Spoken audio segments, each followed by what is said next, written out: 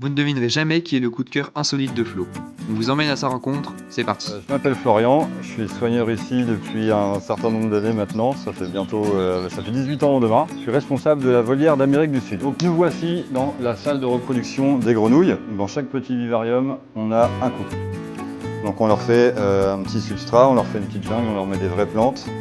Et on leur met aussi un pondoir. La femelle vient pondre là-dedans et le mâle vient fertiliser les œufs après.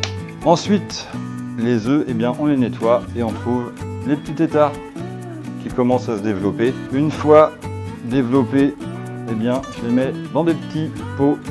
Ils grandissent, ils développent les pattes arrière, les pattes avant, et une fois qu'ils ont les 4 pattes, je les mets dans un petit bassin pour qu'ils puissent sortir de l'eau. Donc ici, nous trouvons deux espèces différentes. Nous avons les petites noires et jaunes qu'on appelle des leucomélas, et on trouve aussi les petites bleues, noires et jaunes qu'on appelle des Phantorius. Et toutes ces petites grenouilles, c'est des grenouilles qui sont venimeuses.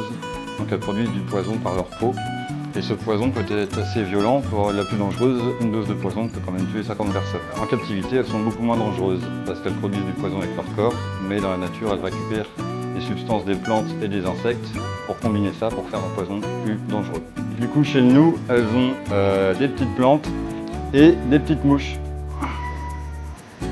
Et une fois les petites grenouilles adultes, eh bien, je les mets dans le vivarium de prédentation. Donc dans ce grand vivarium, eh bien, il y a à peu près une vingtaine de grenouilles. Il faut réussir à les observer, mais pour ça, il faut prendre son temps. Et parmi elles, il y a ma petite chouchoute qui a 14 ans. C'est ma grenouille qui est issue de ma première ponte. Et une grenouille de 14 ans, c'est déjà pas mal.